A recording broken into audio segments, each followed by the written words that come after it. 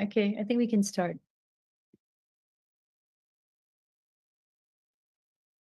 Good afternoon.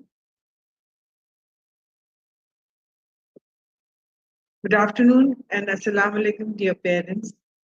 Today, we have come here to witness an enriching session by our pedagogy advisor, Dr. Anjum Babukhan, the art and science of how we teach our pedagogy at Springfield School.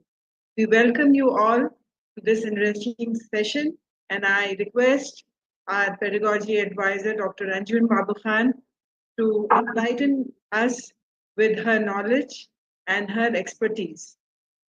Anjum Babukhan, ma'am. Thank you, everyone. Good afternoon to everyone. Assalamu alaikum to our partners in education, our dear parents. Thank you so much for joining us this afternoon. And I think we have both some new parents as well as old parents joining us. So let me just get started and share my screen. And if we could just mute all the other mics, that would be helpful. If Nosheen can take care of that. Can it just be muted? Can everybody be muted? Asma ma'am, if you could please mute. Asma ma'am, can you please mute? Yeah, thank you. Okay.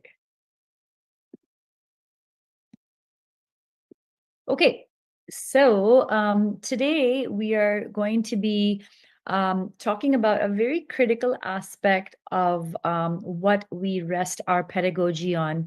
So with today's topic, it's basically the art and science of how we teach, why we teach the way that we teach.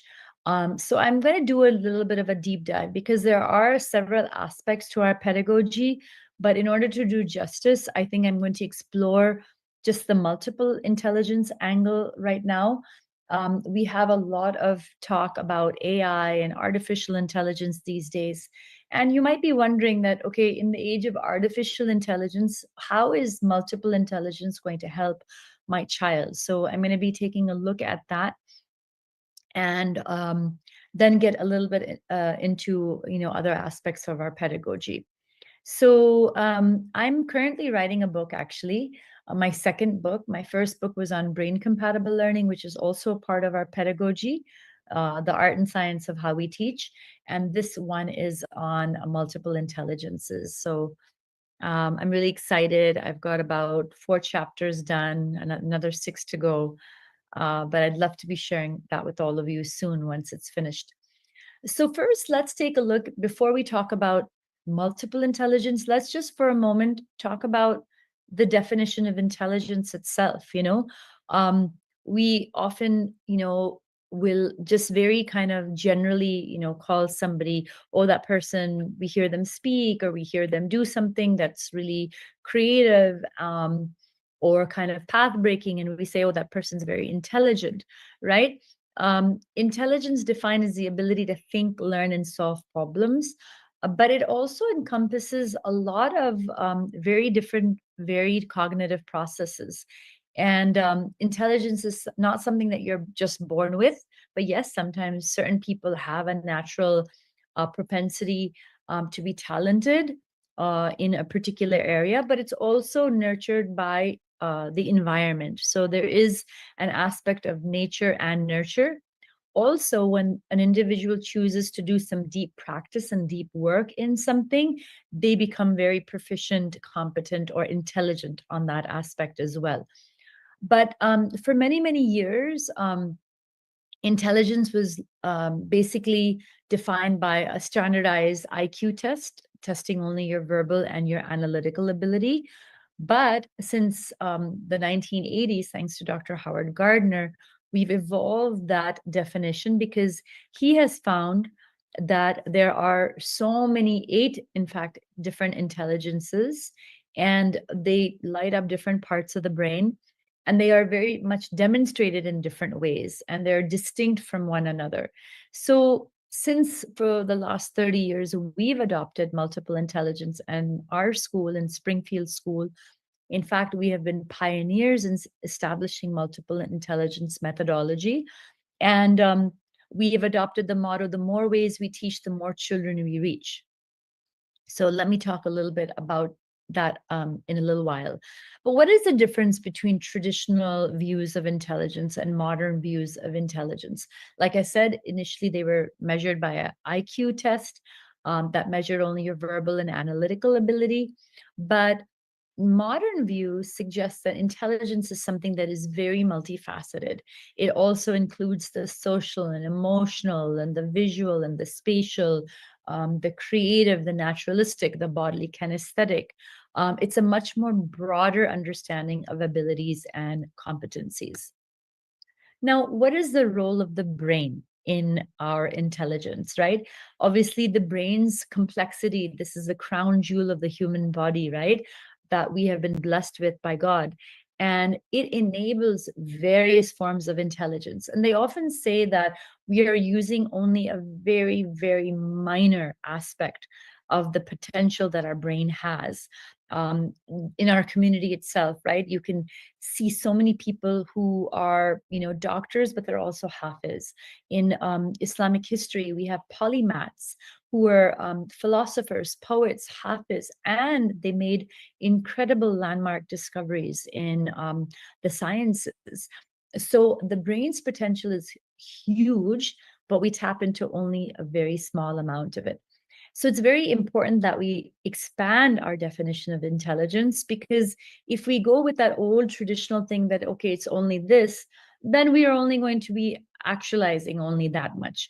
But when we have this broadened, view of intelligence, then we become much more expanded in our whole capability. We've got that dua, right? Rabbi zidni ilma. Oh Allah, increase me in it knowledge, right? So with the knowledge, and knowledge comes from experiences, we get increased as individuals. Our human potential increases, our human capacity increases. And that's really what we've kind of like grabbed and we've been running with for the last over 30 years at Springfields.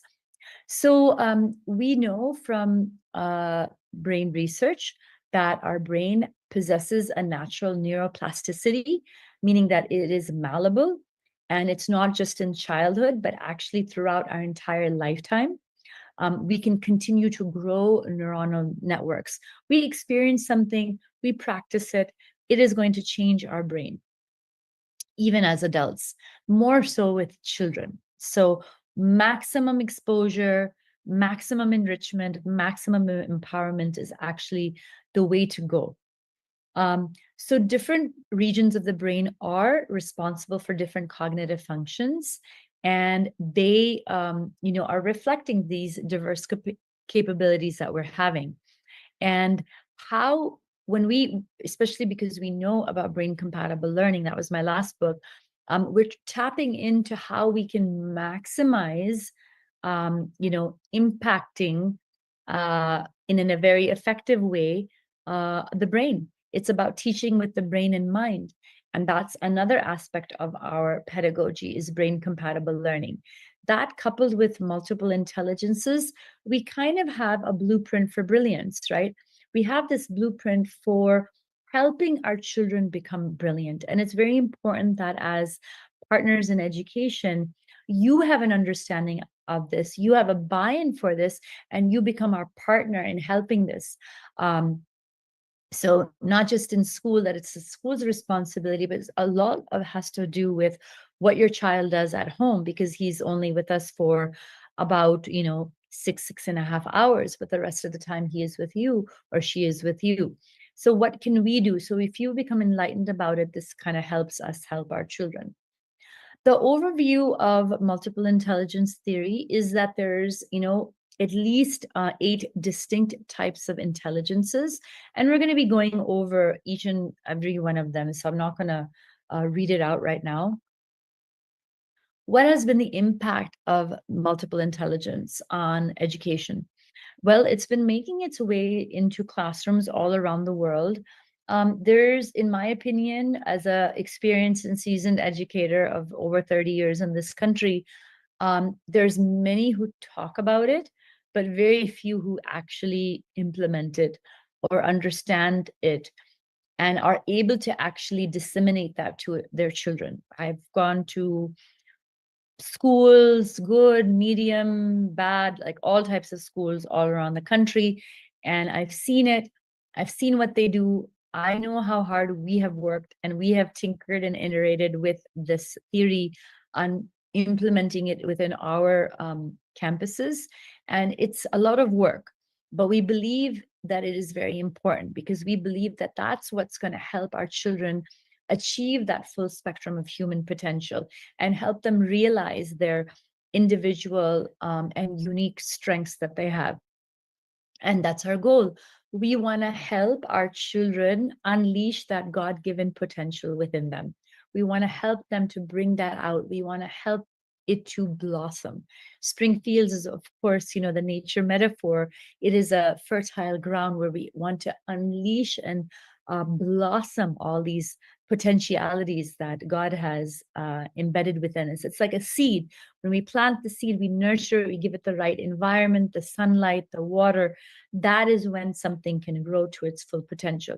But if we neglect any of those things, then the seed will remain a spread or a stunted kind of shoot, and it won't really like blossom in its potential. So what are we doing with multiple intelligence? We are trying to enhance human potential, realize that full spectrum of human potential, because we feel that learning is not just for school, it's for life. We learn for life, not just school. And what are the practical applications of multiple intelligence? It can actually be applied in various settings, especially in education, like we're doing. In fact, what you're learning today, you can apply it in your business, your place of work. You can apply it for your own personal development. Believe me, I have. I like to walk my talk, and whatever it is that I teach because I'm very passionate about it and I believe it, I practice it, and I love sharing my knowledge about it because it helps me reinforce that strength within me. Every time I talk about multiple intelligence or I'm helping other people with their multiple intelligence, it's actually strengthening my full spectrum of human potential as well. So in classrooms, what we have is we have teachers design activities. When they draw out their lesson plans, we use something called a topic web, and they stretch the lesson for aesthetic skills, musical rhythmic skills. How do we kind of demonstrate it with role play, bodily kinesthetic skills, verbal linguistic skills, logical mathematical skills. So we stretch these unit plans to create a very, very comprehensive test. And when the kids experience this in multiple ways, what happens is the more ways we teach, the more children we reach. And as Howard Gardner has said, the father of multiple intelligence, you are creating multiple neural pathways to your brain. That is what is happening. So you are getting a very comprehensive understanding of the topic. In workplaces, we can have employees sort of, expand their strengths and optimize their potential and how they show up at work. So if you're a business owner, you are an entrepreneur, you can actually, benefit from this. And of course, if you're a parent and you have more than one child or, one child or many children, understanding this, you are going to help yourself uncover your own potential because it's not too late. We all have a growth mindset and life is long. And why don't we make it as rich as possible? So, what are the strategies for multifaceted growth? Okay, so we need to cultivate these intelligences by having children or individuals engage in diverse experiences that are going to stimulate their brain and understanding about this. So the more varied your exposure, the more you have a chance for multifaceted growth, which is why we emphasize not just academic classroom, but we also emphasize, sports and arts, and we have all these different type of co-curricular activities because we believe that exposure is very important. In fact, even the father my father-in-law, late father-in-law, the founder of our school, also believed in just, giving children very, very multifaceted experiences. So our strategies can include things like optimizing the arts, using your bodily kinesthetic intelligence to really like understand it, like have a full bodied experience, right? Experiencing something with hands-on learning, um, having the children teach something or story tell to boost their confidence and their communication skills, their linguistic skills. Um, Also, when they're interacting with other students, it's going to help them develop a little bit more of their interpersonal skills as well. So there's many different ways in which we can tailor activities to foster this personal growth. Now, what are the long-term benefits? Basically, this actually will help you with lifelong learning and adaptability. We have changes that are happening so fast, and I'm going to talk about this in a little bit. And to keep up with that change, we have to be adaptable. And if you look at the biological paradigm of the earth, right, as a living species on the earth, right, you see that it wasn't the strongest or the smartest that survived, but it was the species that was the most adaptable. So let's take some inspiration from that, parents. Let us also become very adaptable. Multiple intelligence gives us a lot of multifaceted skills. It is going to help us and our children to become very adaptable to these fast changing times. Okay. And it's also going to help you become more motivated, happy. It improves your mental health because when you have varied talents and varied capabilities, that's going to give you a sense of confidence, right? And this holistic approach is also going to impact your brain health because as we are getting older, I don't know if some of the parents would agree with this, but sometimes we're forgetting things, right? Like our working memory is just very, very like fast evaporating, Or where did I put my phone? Where did I do this? We're like remembering, we're multitasking. Life is complicated. There are so many things that are happening. And sometimes we worry, like, what's going to happen? Like, cognitively, are we strong enough to take on the task? We want to prevent cognitive decline. A lot of us have aging parents maybe or grandparents or different family members, and you see them having that cognitive decline. So when we engage our brain in a full multifaceted way, we're actually going to increase our overall well-being. I wanted to just touch on this a little bit because AI is such a hot topic right now and it's trending, and we've seen with ChatGPT becoming available the last couple of years, it's really transformed things at the workplace and in homes and schools. So I'm want to ask you, like, when we are living with artificial intelligence, and it's here to stay, and it's going to become even more and more prominent. I want to ask, what are humans going to bring to the table? What are humans if we have AI and AI is going to replace a lot of jobs? But there will be jobs for people who know how to use AI. What human intelligence do we need to have when we're living with artificial intelligence? What are the skills that we need to bring to the table, to the workplace, to a relationship, to any and all of our relationships, to any task, to any challenge? What is that going to look like? What is that human intelligence going to look like? Okay. And human intelligence, as distinct from artificial intelligence, has emotional understanding, it has creativity, and it also has the ability to navigate very complex social dynamics, right? And that's why we still have schools that exist despite all the technology, internet, and Google, and everything that you need to learn. You don't need to come to school. You can actually like read up about it. But schools, there's a very interesting social dynamics that take place, and interpersonal intelligence that take place, a self-understanding with peer reflection of intrapersonal intelligence that takes place, right? The physical kind of experiencing of things that takes place.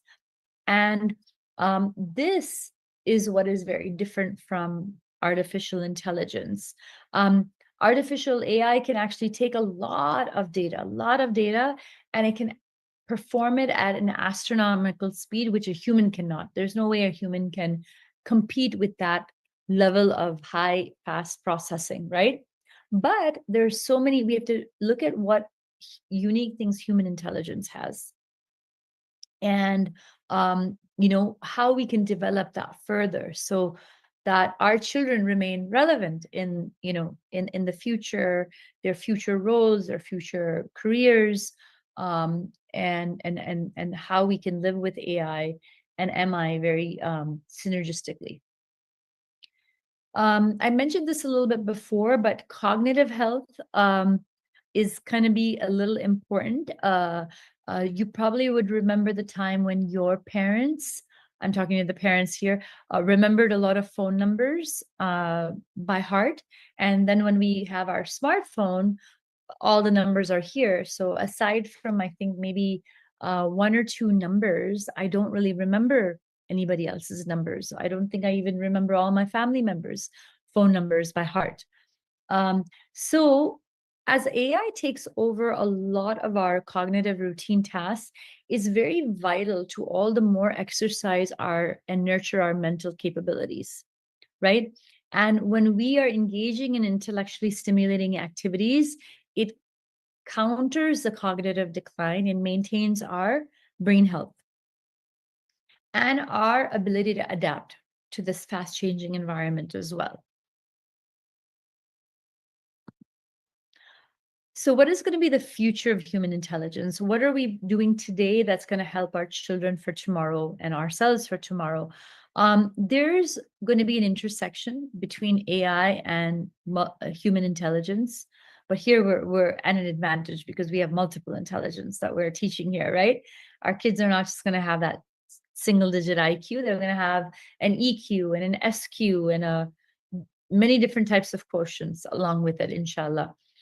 So as AI continues to evolve, it's going to be very crucial for society to prioritize human cognitive development. And for that, we need to understand it. And my dear parents, we have been on top of it. We have been studying it. We have been upgrading ourselves with it. We have been training all our teachers with it.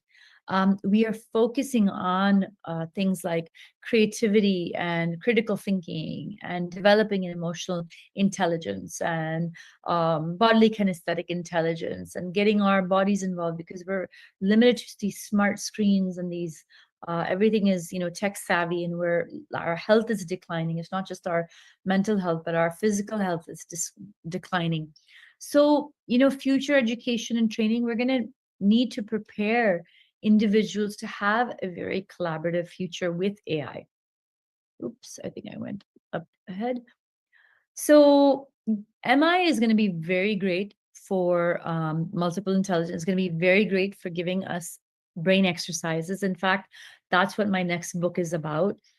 It's not about just multiple intelligence for children, though I have a whole section for primary, middle, and high school children. I have it also for adults. I have it for the entire, from your 20s, 30s, 40s, 50s, 60s, 70s, 80s. As you age, what are different type of activities that we can engage in that will continue to help our brain health thrive, our brains thrive. And a lot of them, believe me, are very enjoyable. It's just simple things like puzzles, music lessons, language classes, going on nature walks, bird watching. I mean, anything that we do that is new, that takes us out of our routine and our comfort zone, is going to all of a sudden boost cognitive function. And this is what's going to keep the brain very agile as we get older. So, what happens when we engage all these multiple and diverse intelligences? It's going to continue, like I said, stimulating different parts of the brain, and it's going to help us have more richer learning experiences.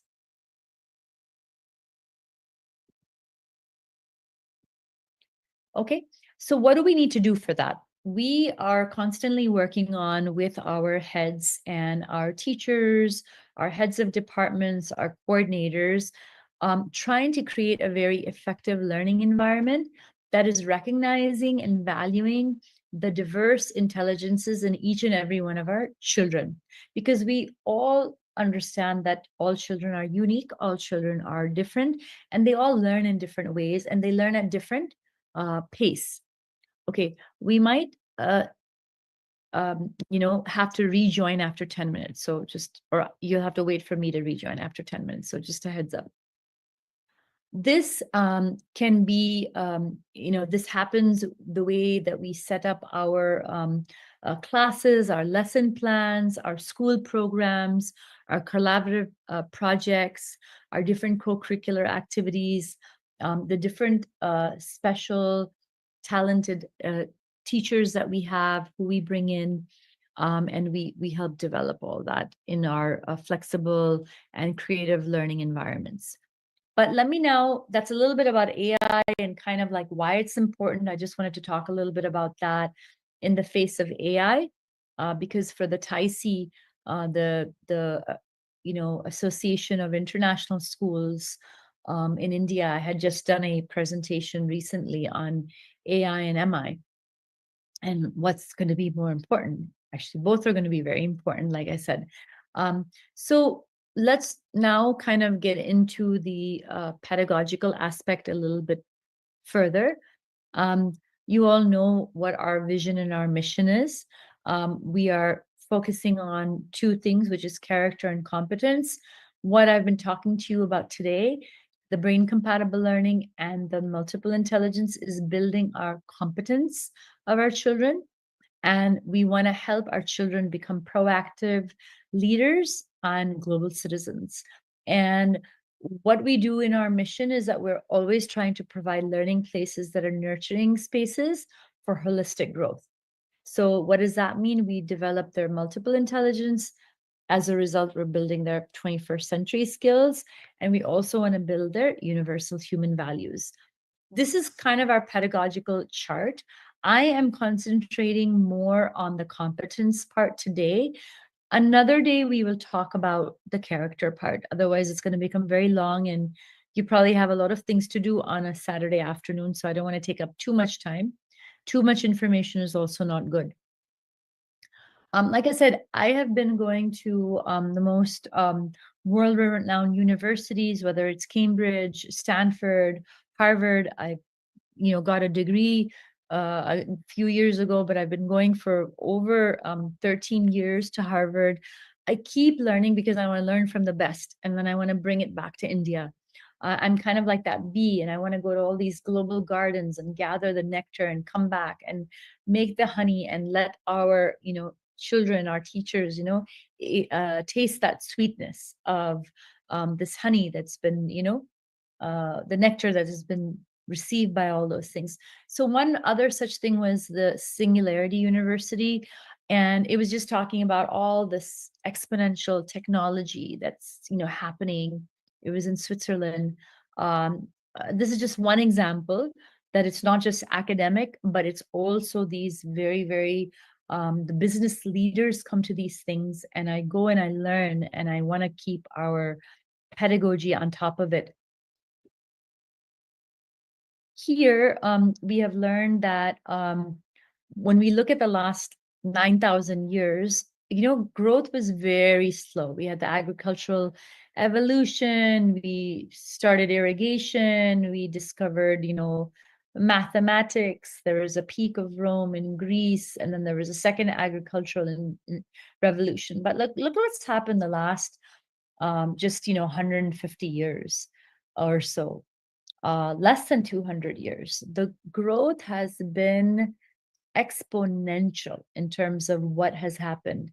Um, you know, and this is really something that we need to kind of catch up with. Change is happening, and it's happening so fast, and we really need to be on top of it. It's a very confusing time for the kids. It's a very overwhelming time for the kids. The kids are just bombarded with technology, information at their fingertips. There's so much. that is happening. There's so much that is kind of scary that is happening, whether it's, you know, people suffering in the world, very, very toxic politics, geopolitical things that are happening, the energy crisis, the environmental crisis, resources depleting. It's a very, very overwhelming time. So we're living in an age where you have, like I said already, AI talked about blockchain, robotics, you know, um, lots and lots of things. It's an overwhelming time, right? And this is kind of another chart of where we are right now. And we're gonna like really in our lifetime, the rest of our lifetime and our children's lifetime, it's gonna be really, really steep incline. And we need to be prepared for that. And we need to be very multifaceted strong for embracing that. So that comes to the theory of multiple intelligences. I have about 4 minutes left, but like I said, the rest of my session is going to basically be on some practical activities of what you can do, even utilizing the nice summer break that we have. And I'm just going to go into it a little bit with each different multiple intelligence. So I've always talked about intelligence being kind of like this white light. And if we were to put it through the prism, what you see is reflected a whole spectrum, right? So that's kind of like your multiple intelligences. But except what we're doing is we've already know that we have a spectrum and we're developing it. And overall, you're going to have this fantastic, bright, brilliant child or individual because they've developed their whole full spectrum of human potential. So, father of multiple intelligence, Dr. Howard Gardner, we had the great pleasure of hosting him back in 2012, which is about 13 years ago. And he was very happy and impressed to witness how we were using multiple intelligence. This is his quote: "I was impressed and touched by the deft use of MI in teaching and understanding approaches." And my quote is that it's been a guiding light for us to help children realize their full potential. But he sat in on classrooms, he saw lessons being conducted, and it was just like, like, I don't know, it was just a red letter day for me. I was just excited. And the principal at that time, she's like, "I think, Anjum, you're so passionate about multiple intelligence. I think your soul just called him to, the school." Um, After 2012, since 2012, I have been going to Harvard regularly, every couple of years, if not every year. And I have been participating in programs like Project Zero, the think tank on global education. So Dr. Howard Gardner and Dr. David Perkins, these two people here, they're the co-directors of Project Zero, which is over 50 years old right now, but they've done monumental work. Aside from, the theory of multiple intelligences, Dr. Howard Gardner's talked about the 5 minds for the future. And Dr. David Perkins, he's written some fascinating books called Future Wise, and it's about teaching our children life-worthy lessons. We have to understand we're living in a world of too much information, but what is life-worthy? What is it that our children really need to know? What's going to really help them? So lovely learning that I had under both of them. This is our in-house designed multiple intelligence ring, and I'm just going to be kind of touching on many of these in the next minute. But I'm going to be probably going to get pushed out in about a minute, so I will rejoin and continue. What I just want to make a point on is that when we are nurturing the multiple intelligences, we're also nurturing the 21st century skills at the same time. And these are communication, collaboration, critical thinking, and creativity. So Project Zero, the picture that I just showed to you, those were the buzzwords, okay? Creativity, critical thinking, everything had to do with critical thinking and creativity. And of course, the structure by default was something that already had a high level of communication and a high level of collaboration, because it was very, very integrated for all of the participants.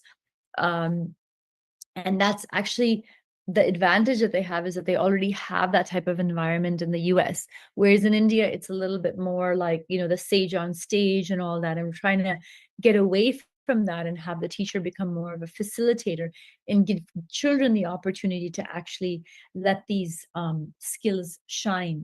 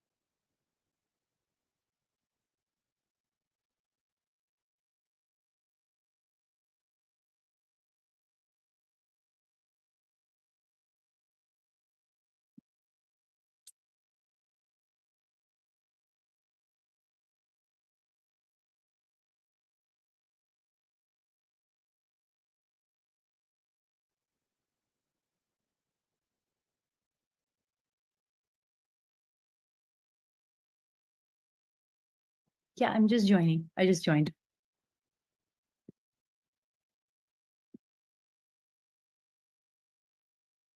Okay, just give me a minute to just share my screen.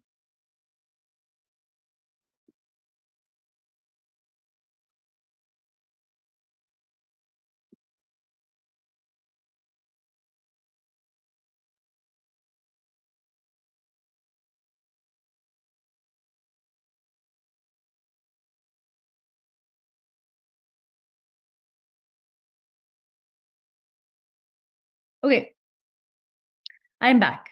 So anyway, we were talking about 21st century skills, and that was the slide right here. And I said that I added a fifth C, which is character, because character is very important.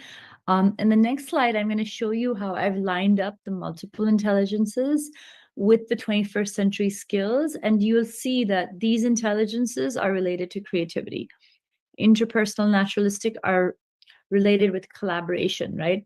Because the natural world has a certain ecosystem, and the social world has a certain ecosystem, and when they're working in harmony, it's a very healthy ecosystem, and when it's not, it's different. So there's a certain natural collaboration that is there.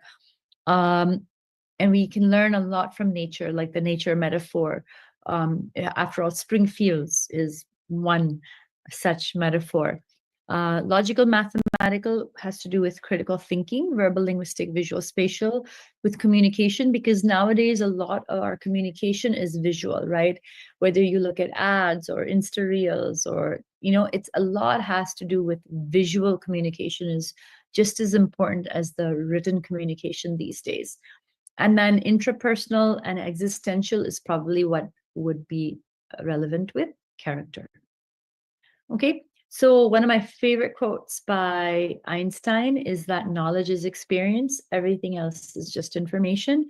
So we don't come to school for information, we come to school for experience. And I often tell my teachers that we need to create these episodic, rich, enriching experiences for our children, because that is how knowledge is going to have. That's how we're going to cultivate these different multiple intelligences. So I have some ideas for you. This is something that you can really use in the summer, and I hope that you are inspired by it. Feel free to take screenshots and use any of these ideas. For verbal linguistic intelligence, it's about cultivating the intelligence of words. And the question is, how can my child effectively use the spoken or written word. Okay. And we've got a whole host of, resources. We've got web pages, books, digital resources. We've got poems. Sometimes in certain very, I don't know want to say like, but like good families, where there was a very high spoke with poetry. My father-in-law was one such person. He could recite Shakespeare at the drop of a hat. He could share quotes and metaphors, because he was such a well-read person that he was so strong in his language. He was very strong in his verbal linguistic intelligence. I think I've learned a little bit. I'm nowhere close to him, but I started out as a painfully shy girl. Growing up in the US, I was the firstborn of, immigrants from Hyderabad to Chicago. Um, I didn't know a lot of things. I didn't learn English till I actually started, kindergarten, and I was a little bit behind because my parents wanted me to learn Urdu, and I'm glad I did. But there was a whole bunch of experiences that helped me become more articulate and more verbally, linguistically strong as I went through life. So anyway, there's many, many resources. You can take a screenshot. We don't have time to go through everything, but it is there for you. But here's some activities that you could do at home to just help build that word smartness in your children. Old-fashioned crossword puzzles, playing games like Scrabble or Boggle or other word games. If you go on vacation this, break in the summer, have your children write a little travel narrative or a blog. Have them describe things to you.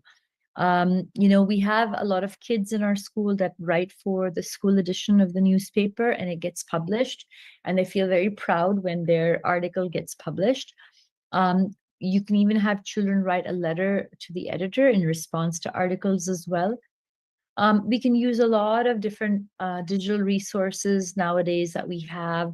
You even have things like Canva, not just old-fashioned like, word processing things like Word and things like that, but you can actually be very creative. I had one cousin of mine made a beautiful dua book with all the 99 names of Allah, and she added her own duas for all the different attributes, and she made a beautiful booklet on Canva. So there's different things that you can do that help build your verbal linguistic. We can have children enter their poems into contests. It would be a wonderful activity in the summer to have them listen to a storyteller, go to elders in your family, let your children hear from them, like say from their mouth, about you as parents when you were little. What is their perspective? How were you when you were your child's age? There's always, some strong storytellers in the family. Let children listen to them. It's very, very impressionable, and it's very important for your family heritage to have children listen to people like that. Also, study the habits of good speakers. When I was first starting out as a student, I always saw that, good speakers or good writers always use quotes from famous people. That's something that I adopted in um, my style as well. So we can always learn from other people as well. So there's just some ideas to get you started. How can I involve the body, hands, and the learning experience? How can we cultivate our children's bodily kinesthetic experience? We've got lots of resources, everything from playgrounds and obstacle courses, pools, sport courts. We have the summer around the corner, so we have a lot of time to play, which is great. It's very much needed for the children. A lot of hands-on equipment, model building kits are there, sports equipment. Even if you just have space to move, space to dance, space to exercise, space to practice yoga, like anything. We need some space though. But there's also fine motor skills that we can do. We can learn embroidery, stitching, carpentry, construction kits. So there's the gross motor skills and there's also the fine motor skills. And we can also, children love, especially when they're little. I remember just taking like, I don't know, like saris and namaskar dupattas from like my mom's.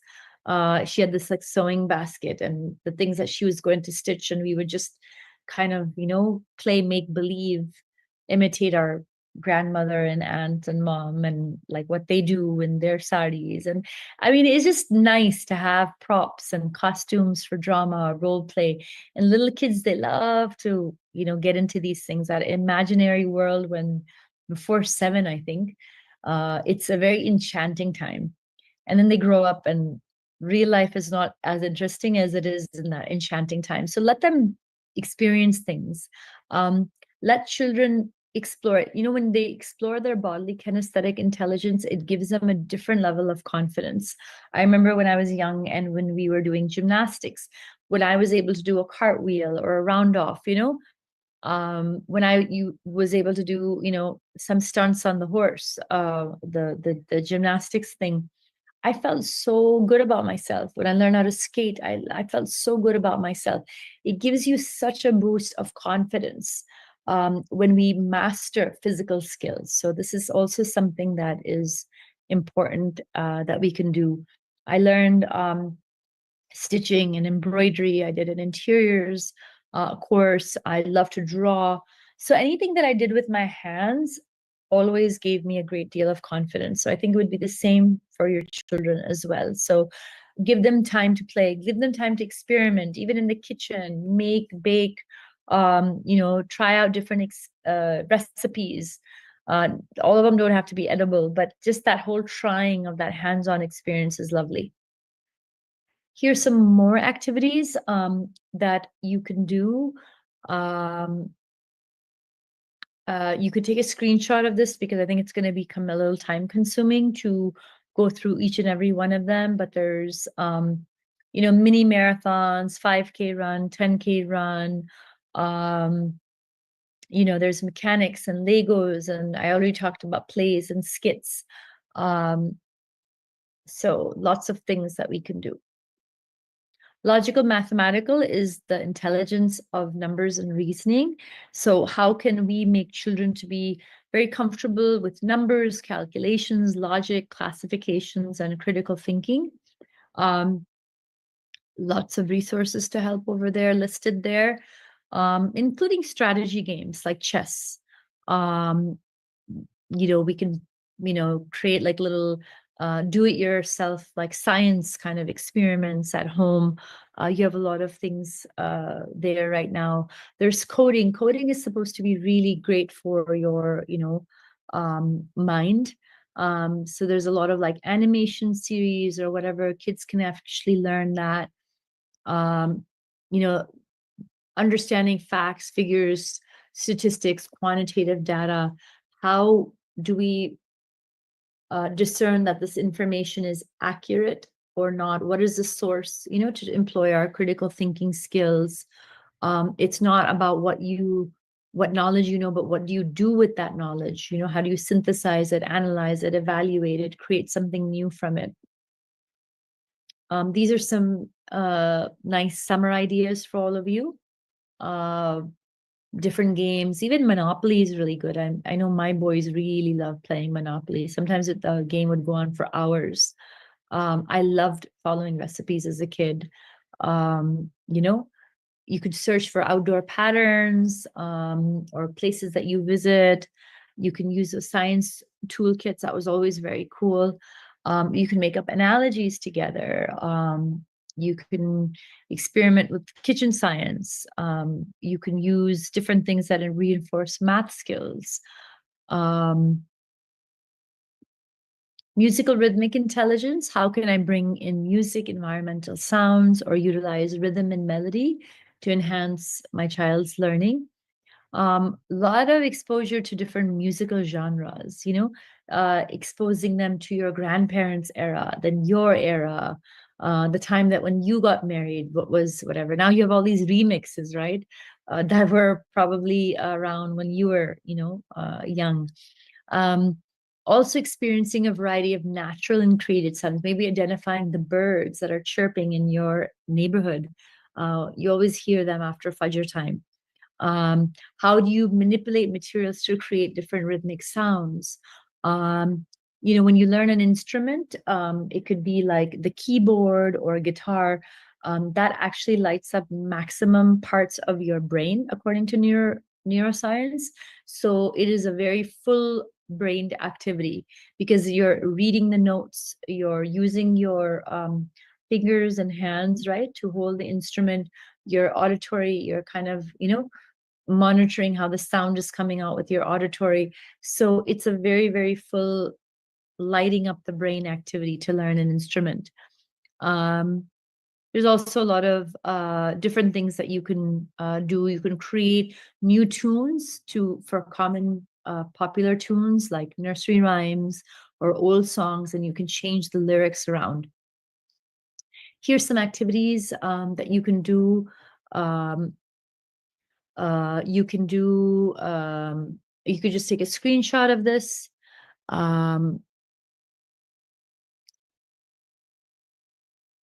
In our farmhouse with all the cousins and extended family, we do something called clips and claps. We do, and you have to kind of pay attention to that. But there's a lot of fun things that we can do at farmhouses and on summer vacations. So these are just a little bit of a list to get you started.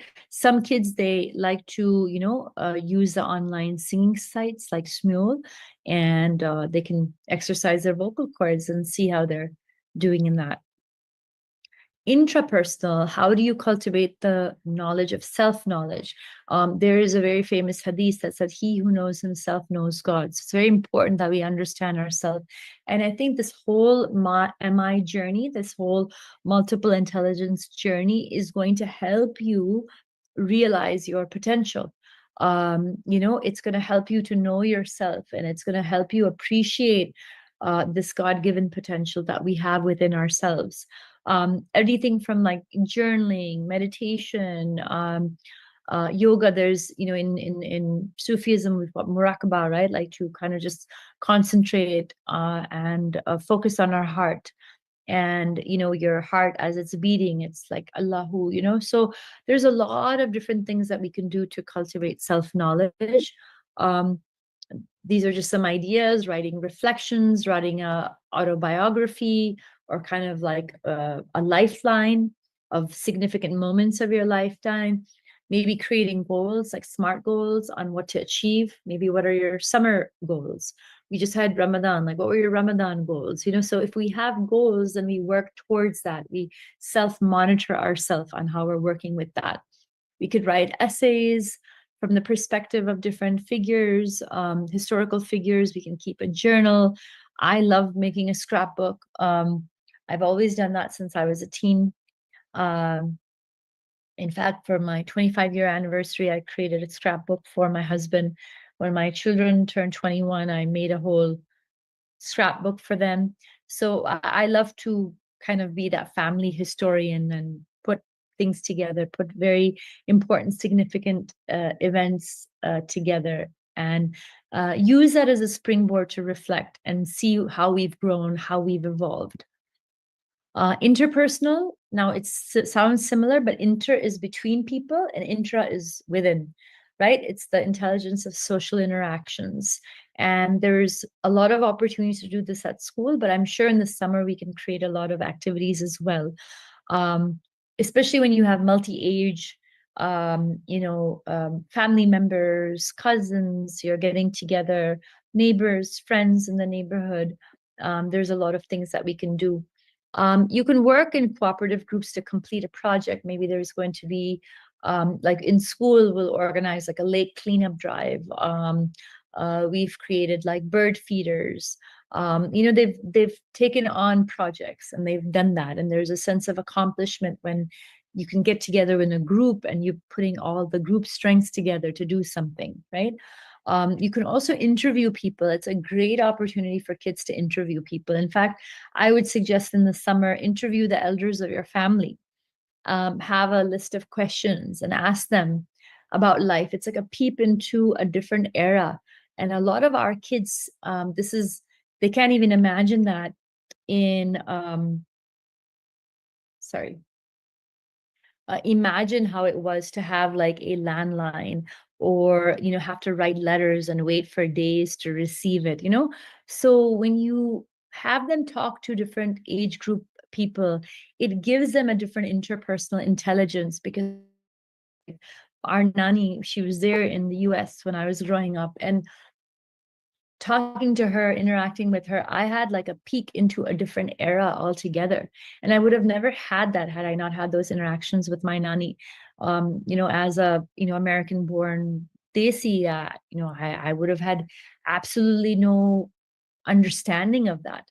It happened to be that I moved to India and all that, and I understood things and the cultural context better later on. But that was also very, very important for me, to understand my own kind of like cultural heritage, and what is done or not done, and how things are thought of. So it's a great idea to do that. Have them interview yourself. How are you as a student? Let them come up with the questions. um, Eating together as a family is very important. You cannot underestimate the value of dinner table conversations. Please put away your phones. Don't look at your phones. Don't you, as parents, look at your phone during dinner time. Don't have your children. Maybe you can have like the dinner table be a phone free zone. Um, but again, exposure, interaction, that's what helps create interpersonal intelligences. When everybody's sitting side by side, but everybody's busy on their smartphone, and there's no conversation happening, there's no interaction happening, then this aspect is not going to develop. You're not going to become people smart. Children need to gap. They need to learn on how to strike up a conversation. They need to learn to be curious and understand and see that, oh, okay, there's this new individual. Like, that's how I look at life. Like, I already know a lot about myself. Uh, but I love to learn about other people. I love to learn on how do they do things? How do they keep fit? How do they organize their home? How do they spend time as a family? How do they relax after work? I love to learn something new from other people, and that we have to kind of kindle that art in our children on how to be with other people. Otherwise, they just go, they're forced to go, they'll stay in a corner, they'll be on their phone. That's not learning this interpersonal intelligence. So we need to really encourage children to do that. Visual spatial, the intelligence of pictures and images, many things that we have. How do we utilize visual aids, visualization, color, art, graphic organizers, um, summer activity ideas? I love photographs. I remember when I first joined the honor society, because of my grades, my dad had gifted me a camera, and I was 14 years old. So since then, I've loved taking photographs. This is way before smartphones. I started, documenting kind of my life and what we were doing and what were the important events and all that. But anything from, play, um, graphic organizers, concepts, mind mapping. Your mind mapping, you can have like a topic, and then have, children like an amoeba, make like little, extensions to the amoeba, and say, how many things can you think of in that way, and give them like a minute time. The other day on the table, we were saying, how many cities in Hyderabad can you name in 1 minute? How many countries in Africa can you name in 1 minute? So we were just doing this like with my adult like children, and my husband. So it doesn't happen all the time, but when it does, it's kind of fun. But we could do this in picture smart ways as well. Sorry, that was a little off topic. But my boys in my family, they love to study maps. My husband and my boys, they love to study geographical locations. Even if they're on a plane, they love to look at the magazine and like look at like where we are and how and we're placed. And then there's also nowadays we have like VR, augmented reality, virtual reality as well, which is kind of cool. Naturalistic intelligence, we need to know that nature nurtures, and we need to be able to harness the intelligence of the flora and fauna and how to help learn to sustain the ecosystem that we have. Many resources that are there, from the zoo to nature walks to gardens to setting up your own like little kitchen garden or herbal garden to having a little bird feeder or an aquarium. We have two Persian cats. So some people love having an animal, but it's a really a pet. It's a really sweet kind of feeling to have a pet actually at home. Some to love their indoor, terrariums or plants. But when we're close to nature, we bring nature a little bit inside. It's always a very nice feeling. There's like a kind of like jana jati, in the home when you see plants and things like that. Of course, we need to be very mindful about sustainability, recycling, reducing energy. There are a lot of people who have set up like a compost pit for their kitchen waste as well. So there's many things that we could do to build our naturalistic intelligence, starting with having the children, maybe just water the plants, have them care for the plants, care for the pets, have them classify natural objects, have them collect different shaped leaves, get them off their phones, please. Don't let them just be stuck to the phone the whole summer. These are a lot of different activities that you could do, and just, we're going to be doing this for half an hour. We're going to be doing this for 1 hour.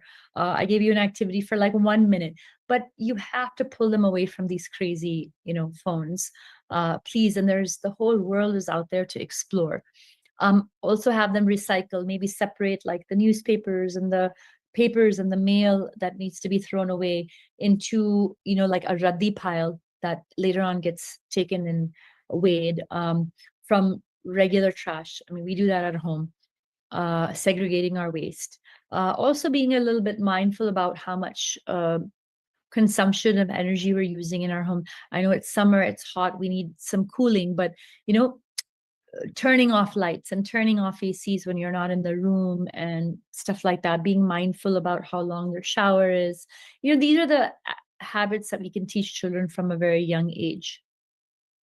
Okay, that was just from a educators forum. So I talked a little bit about the 5 minds of the future at the beginning. So that's here on the far right, but you've seen this before: 21st century skills, multiple intelligence. And these are the 5 minds for the future that Dr. Howard Gardner had mentioned. So I just kind of threw that in here as well. He said that we need this the creative mind, the respectful mind, the disciplined mind, the synthesizing mind, and the ethical mind. So that's kind of combining the 21st century skills and character with the MI. But basically, in a nutshell, all of these things are very important for our human potential to flourish. So whether we are going to live with AI, that's going to be there. It's going to take up a lot of our cognitive tasks, but we need to continue building and thriving our human potential despite that. And we need to continually utilize the full, and realize that potential and optimize that potential that God has given in all of us. I'm just going to show you a little quick video.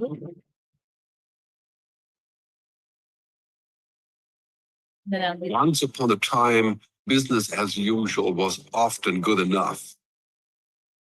No more. Where we are going, good enough is dead. In a world where everything is connected, where everything is equally excellent, where performance is reaching perfection, there's only one space left to innovate in: you.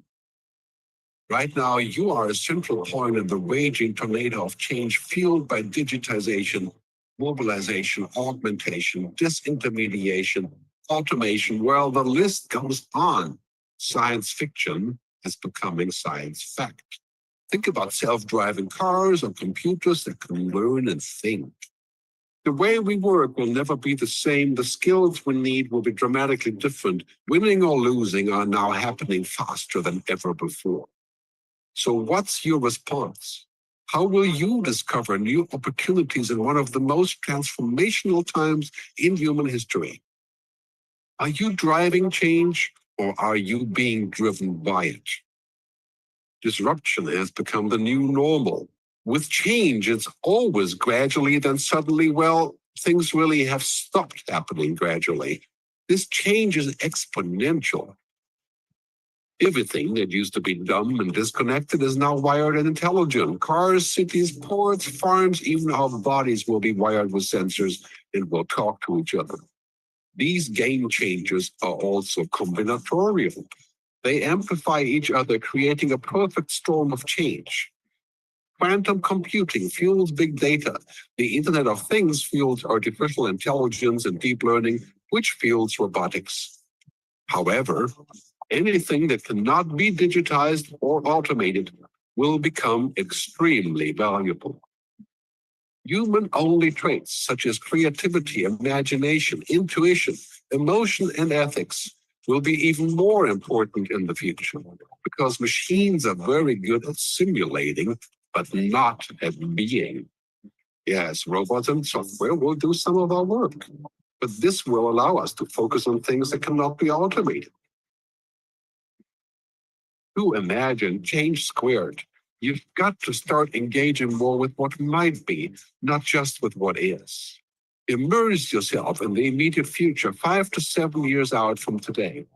We need to go beyond technology and data to reach human insights and wisdom. Technology represents the how of change, but humans represent the why. The future is about holistic business models. The opportunity is to be liquid, to learn just in time, not just in case, not single improvements, but complete transformations, not individual systems, but new ecosystems. Humanity is where true and lasting value is created. We will engage, relate, and buy things because of the experiences they provide, because of their transformative power. The future doesn't just happen, the future gets happened. The new way to work is to embrace technology, but not to become it. The future is in technology, yet the bigger future lies in transcending it. Let's live and lead from here.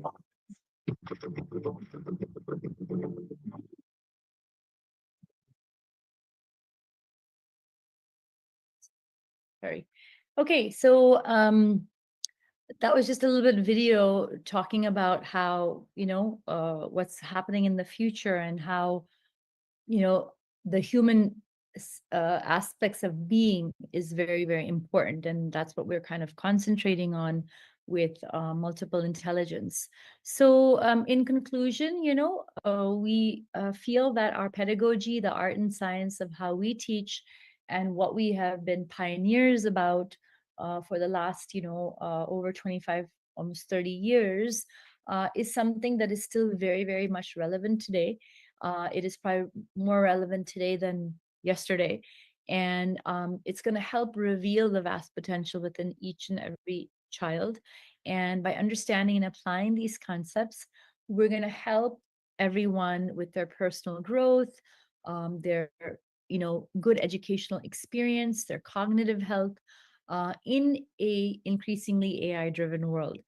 And when we can emphasize our unique creativity and collaboration and our human capabilities, it's going to ensure that we still thrive amongst technological advancements. So that's kind of like my conclusion. We don't have a lot of time left, but in case anybody's interested in finding out a little bit more information, I have a website called anjumbabukhan.com. I have a lot of information that I've put up there. I also have an Instagram where we post a lot of things. It's called Advantage by Anjum, advantage _by _Anjum. And the advantage is with the E, not an A.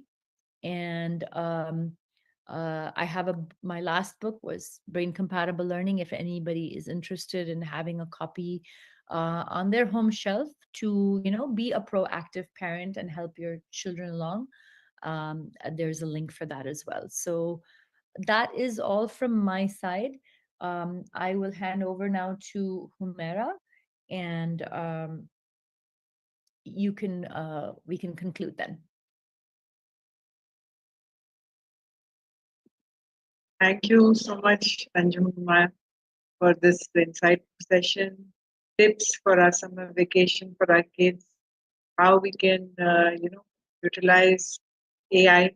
I would like my other head, Ms. Kiran Mai, also to give her views on what you have given today. We will try to imbibe whatever you have shared with us today and see that our children benefit from this.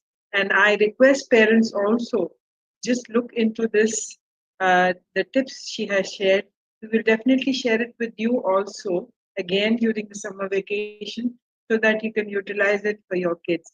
And let us keep them off the phones and digital gadgets so that, they are more spending quality time with you. They will, explore other things, and they need this social emotional, well-being, which is very very important in this era. So I hand over to Kiran ma'am to just give her input also.